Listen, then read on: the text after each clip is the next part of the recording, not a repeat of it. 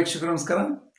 ಇಲ್ಲಿವರೆಗೂ ಕೂಡ ನಾವು 2024-25ನೇ ಸಾಲಿನ KSEAB ಬೋರ್ಡ್ನವರು ಬಿಡುಗಡೆ ಮಾಡಿರುವಂತಹ ಮಾದರಿ ಪ್ರಶ್ನೆ ಪತ್ರಿಕೆ 2ರಲ್ಲಿರುವಂತಹ ಪ್ರಶ್ನೆಗಳನ್ನು ನಾವು ಹಂತ ಹಂತವಾಗಿ ಬಿಡಿಸ್ಕೊಂಡು ಬರ್ತಿದ್ದೀವಿ. ಸ್ನೇಹಿತರೆ, ಇವತ್ತಿನ ದಿವಸ ನಾವು 19 ಮತ್ತು 20 ನಂತರದ ಪ್ರಶ್ನೆಗಳ ಪರಿಹಾರಗಳನ್ನು ಕಂಡುಕೊಳ್ಳೋಣ. ಇಲ್ಲಿವರೆಗೂ ನಾವು 18 ಪ್ರಶ್ನೆಗಳಿಗೆ ನಾವು ಪರಿಹಾರವನ್ನು ಕಂಡುಕೊಂಡಿದ್ದೀವಿ.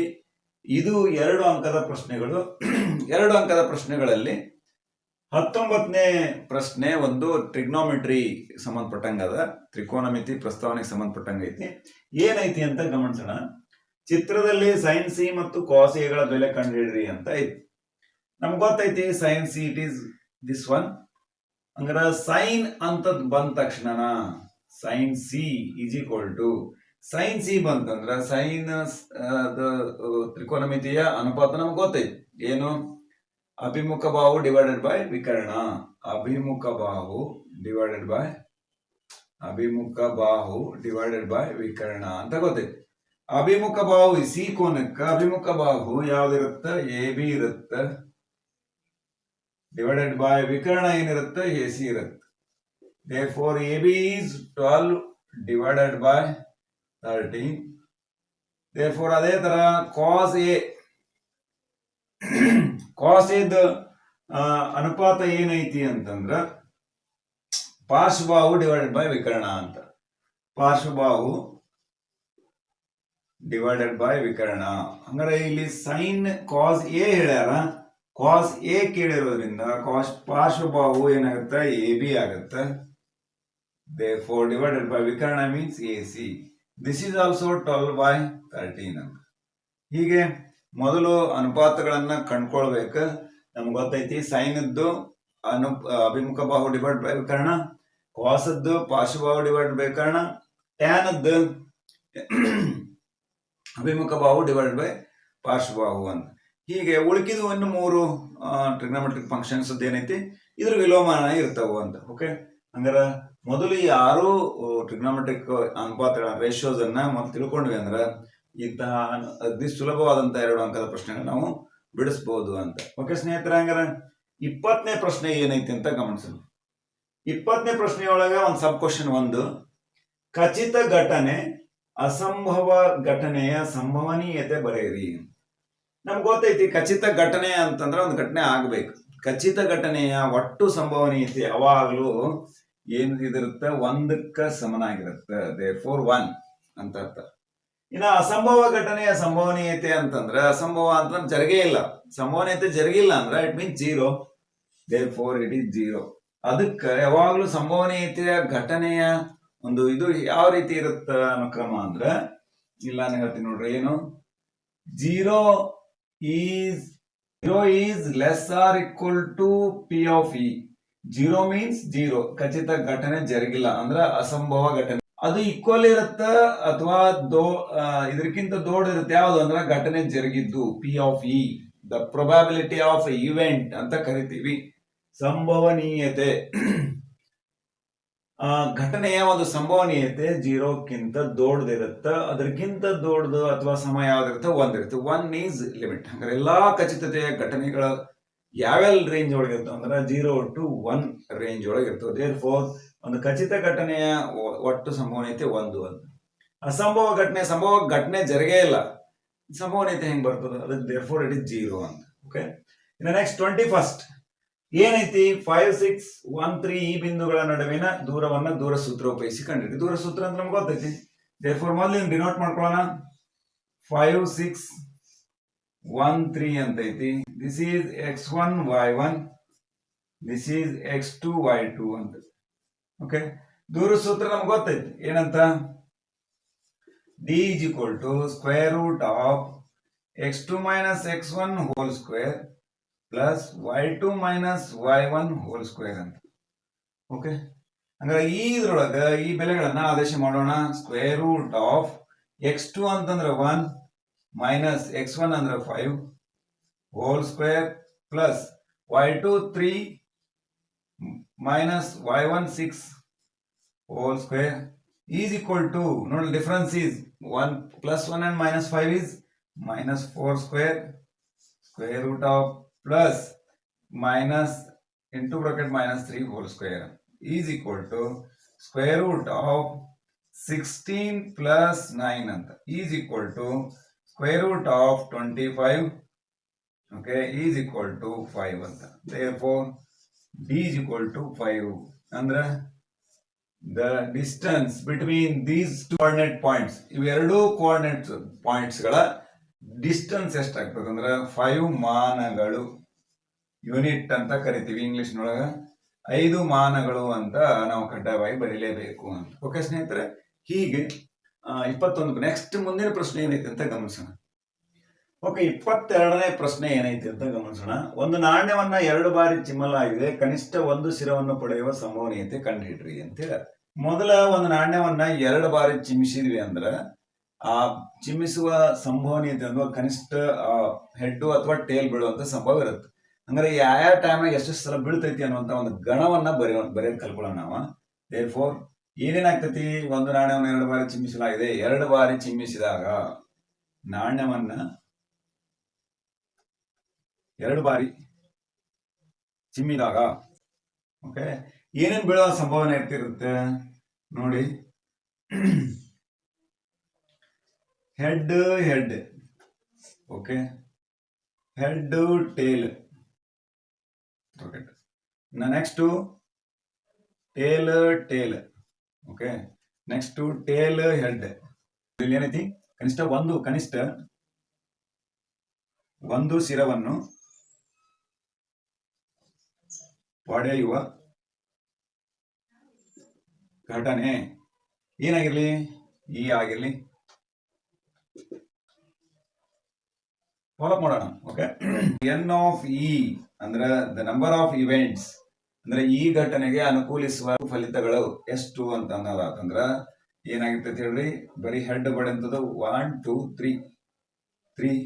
therefore N of S the total number of ಎಲ್ಲಾ ಫಲಿತಗಳ ಸಂಖ್ಯೆ ಅಂದ್ರೆ ಒಂದು ಘಟನೆ, ಈ ಘಟನೆ ಜರಲಿಕ್ಕೆ ಎಲ್ಲಾ ಫಲಿತಗಳ ಸಂಖ್ಯೆ ಎಷ್ಟಾಗೈತಿ ಅಂದ್ರೆ 1 2 3 4. ಘಟನೆ ಜಲ ಫಲಿತಗಳು 4 ಫಲಿತಗಳು ಉಂಟಾಗ್ಲಿಕ್ಕೆ ಸಾಧ್ಯತೆ. therefore 4 ಅಂದ್ರೆ P of E, the probability of event is equal to N of E divided by N of S ಅಂತ ಹೇಳ್ತೇವೆ. therefore N of E is 3, N of S is 4. therefore P of E is equal to ಒಂದು ಶಿರವನ್ನು ಪಡೆಯುವ ಸಂಭವನೀಯತೆ 3/4 ಅಂತ ಹೇಳ್ಬೋದು. It is very simple ಮತ್ತು ಬಾಯ್ಲಕ್ ಇದ್ದಂಗೆ ಇರುತ್ತೆ. ಆದ್ರೂ ಈ ಸ್ಟೆಪ್ ಫಾಲೋ ಮಾಡಿದ ಮಾತ್ರ ನಾವು 2 ಅಂಕ ತಗೊಳ್ಳಿಕ್ಕೆ ಸಾಧ್ಯ. ನೇರವಾಗಿ ಇದನ್ನು ಬರೆದ್ರಂದ್ರೆ ಅರ್ಧ ಅಂಕನೋ 1 ಅಂಕನ ಕೊಡುವಂತ ಹ್ಯಾಲೋಟ್ಸ್ಗಳ ಸಾಧ್ಯತೆಗಳೈತೆ. ಹಾಗಾಗಿ ವಿದ್ಯಾರ್ಥಿಗಳೇ ಈ ಸ್ಟೆಪ್ ಅನ್ನ ಫಾಲೋ ಮಾಡಬೇಕು ಅಂತ. ಓಕೆ, ಇನ್ನು 23ನೇ ಪ್ರಶ್ನೆ ಏನೈತೆ ಅಂತ ಗಮನಿಸೋಣ. x² + 3x + 2 = 0 ಈ ವರ್ಗ ಸಮೀಕರಣವನ್ನ ಅಪವರ್ತಿಸುವ ವಿಧಾನದಿಂದ ಬಿಡಿಸ್ರಿ. ಅಪವರ್ತಿಸುವ ವಿಧಾನ ಅಂತ ಗೊತ್ತೈತೆ. ನಾನು ಇಲ್ಲಿ ಸಮೀಕರಣ ಬರ್ಕೊಳ್ತೀನಿ. x² + 3x + 2 = 0. ಅಪವರ್ತಿಸೋದು ಅಂದ್ಕೊಳ್ಳೇನ ನಮ್ಗೆ ವರ್ಗ ಸಮೀಕರಣದ ಆದರ್ಶ ರೂಪ ಗೊತ್ತೈತಿ. ಏನು, ax² + bx + c = 0 ಅಂತ ಗೊತ್ತೈತಿ. ಅಂದ್ರೆ ಅಲ್ಲಿ ಆದರ್ಶ ರೂಪ ಬಂದಾಗ ಇಲ್ಲಿ ಎ ಬಿ ಸಿ ಅನ್ನ ಬರ್ಕೊಳ್ಬೇಕಾಗ್ತೈತಿ. ಎಷ್ಟೈತಿ, ಎ ಎಷ್ಟೈತಿ 1 ಐತಿ ಗುಂಡ್ಲೆ, ಸಿ ಎಷ್ಟೈತಿ 2 ಐತಿ. ಇವೆರಡು ಗುಣಿಸಿದ್ರೆ 2 ಬಂತು. ಮೊದಲ ಅಪವರ್ತನ ವಿಧಾನದೊಳಗೆ ಗೊತ್ತೈತಿ ಏನು, ಎ ಮತ್ತು ಸಿ ಅನ್ನ ಗುಣಿಸೋದಕ್ಕೆ ಬಂದ ಗುಣಲಬ್ಧಕ್ಕ ಈ ಗುಣಲಬ್ಧಕ್ಕ 2 ಅಪವರ್ತನಗಳನ್ನ ಕಂಡುಹಿಡಿಬೇಕು. ನಾವು ಹೇಗಿರ್ಬೇಕು, 2 ಸಂಖ್ಯೆಗಳನ್ನ ಗುಣಿಸಿದ್ರೆ 2 ಬರ್ಬೇಕು, ಕೂಡಿಸಿದ್ರೆ ಅಥವಾ ಕಳೆದ್ರ ಏನ್ ಬರ್ಬೇಕು, ಬಿ ಬರ್ಬೇಕು ಅಂತ. ಓಕೆ, ಹಂಗಾರೆ ನೋಡ್ರಿ ಇವ 2 ಸಿಗ್ತಾವ ನೋಡ್ರಿ. 2 2 1 + 2 = 3 ಅಂತ. ಹಂಗಾರೆ ಇವ 2 ಅಪವರ್ತನಗಳು ಇಲ್ಲಿ ನಮಗ್ ಸಿಗ್ತಾವು.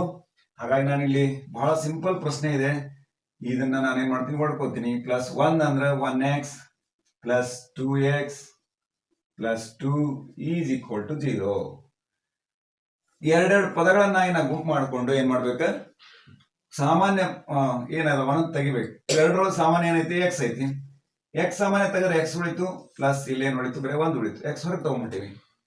ನೆಕ್ಸ್ಟ್ ಪ್ಲಸ್ 2 ಕಾಮನ್ 2 ಐತಿ. therefore x ಉಳಿತು ಪ್ಲಸ್ 1 ಉಳಿತು = 0. ಸಾಮಾನ್ಯ ಅಪವರ್ತನಗಳು ಮತ್ತು ಸಾಮಾನ್ಯವಲ್ಲದ ಅಪವರ್ತನಗಳನ್ನ ಗುಂಪು ಮಾಡಿ ನಾವು ಅದನ್ನು ಬರಿಬೇಕಾಗುತ್ತೆ.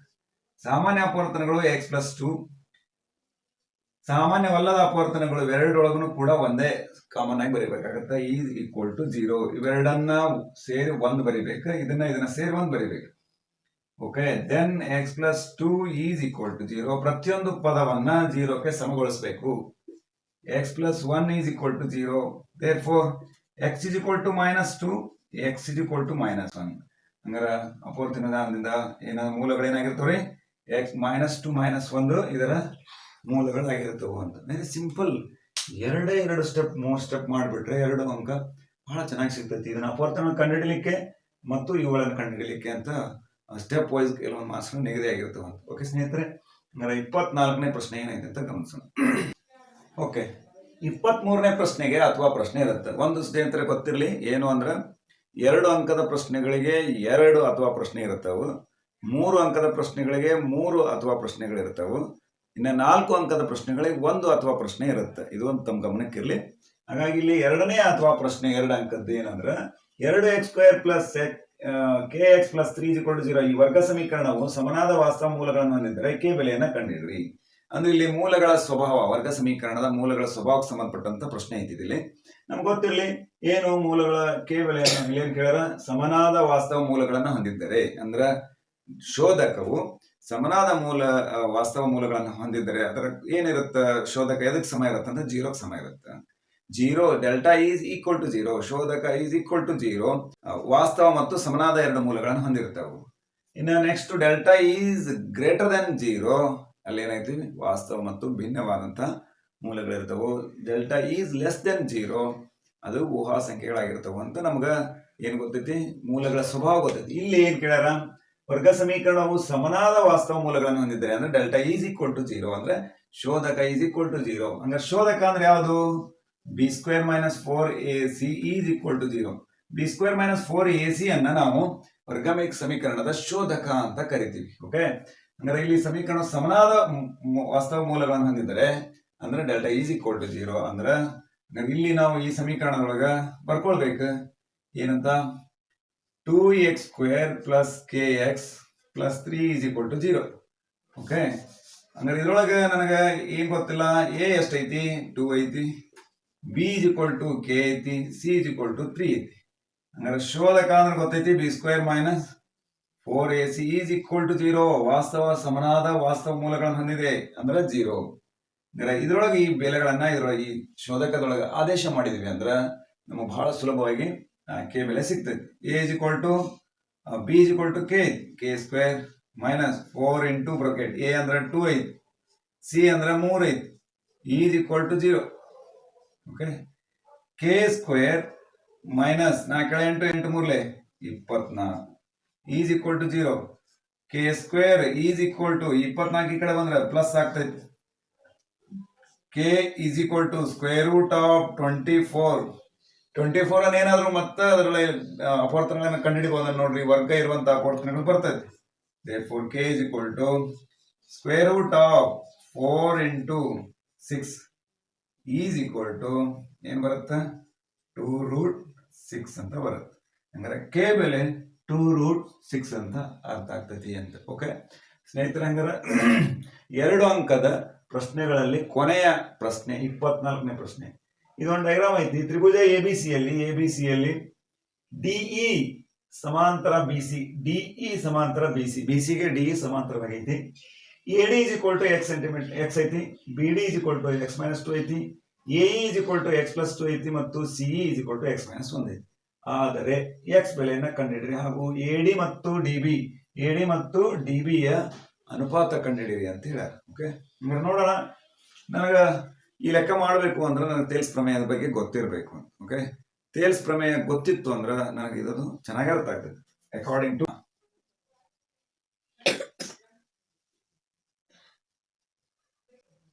ತೇಲ್ಸ್ ಪ್ರಮೇಯದ ಅನ್ವಯ ಗೊತ್ತೈತೆ ನಮ್ಗೆ. ಓಕೆ, ಏನಂತ?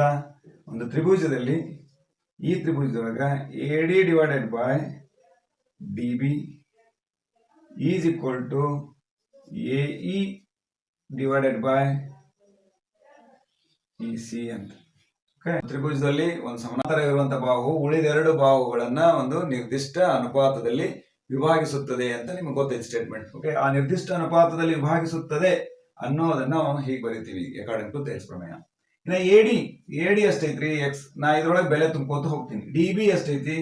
ಎಕ್ಸ್ ಮೈನಸ್ 2 ಐತಿ is equal to A E X plus 2 E C X minus 1 ನೋಡ್ರಿ ಅದ ಇದು ಬೆಲೆ ಆದೇಶ ಮಾಡೀನಿ. ಈಗ ನಾನು ಕ್ರಾಸ್ ಮಲ್ಟಿಪ್ಲಿಕೇಶನ್ ಮಾಡ್ತೀನಿ ಅಂದ್ರೆ ಓರೆ ಗುಣಾಕಾರ ಮಾಡಿದಾಗ ಏನಾಗ್ತೈತಿ simple x into bracket x minus 1 ಇದು ಈ ಕಡೆ ಬಂದ್ರೆ ಈಸ್ ಈಕ್ವಲ್ ಟು ಇದು ಈ ಕಡೆ ಬಂದ್ರೆ ಎಕ್ಸ್ ಪ್ಲಸ್ 2 ಐತಿ ಈಗ ಆಲ್ರೆಡಿ ಇದು ಈ ಕಡೆ ಬಂದ್ರೆ ಎಕ್ಸ್ ಮೈನಸ್ 2 ಅಂತ.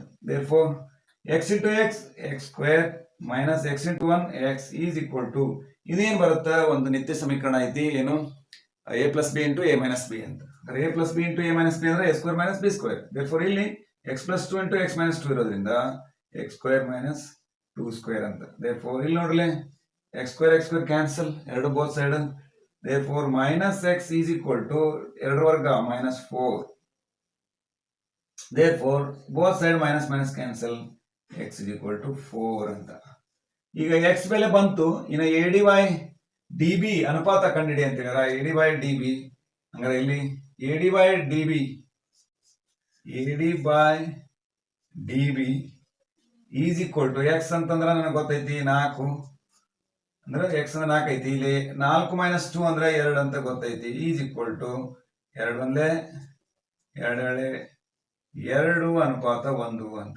Okay, this is the ratio of A D and D B ಅಂತ ಇಲ್ಲಿ ನಾವು ಹೇಳ್ಬೋದು ಅಂತ. ಓಕೆ, ಹೀಗೆ ಸ್ನೇಹಿತರೆ ಮೂಲ ಪರಿಕಲ್ಪನೆ ಮತ್ತು ಪ್ರಮೇಯ ಅವುಗಳೆಲ್ಲ ಒಟ್ಟುಗೂಡಿಸಿದಾಗ ನಾವು ಸಮಸ್ಯೆಯನ್ನು ಆರುತ್ತವೆ ಅಂತ ಬಹಳ ಸುಲಭವಾಗಿ ನಾವು ಲೆಕ್ಕವನ್ನು ಬಿಡಿಸಬಹುದು ಅಂತ ಹೇಳ್ತಾ ಸ್ನೇಹಿತರೆ ಮತ್ತೆ ಮುಂದಿನ 3 ಅಂಕದ ಪ್ರಶ್ನೆಗಳಲ್ಲಿ ಮತ್ತೆ ಮುಂದಿನ ಒಂದು ವಿಡಿಯೋದಲ್ಲಿ ಭೇಟಿಯಾಗೋಣ ಅಂತ ಹೇಳ್ತಾ ಎಲ್ಲರೂ ಕೂಡ ಧನ್ಯವಾದಗಳು. ನಮಸ್ಕಾರ.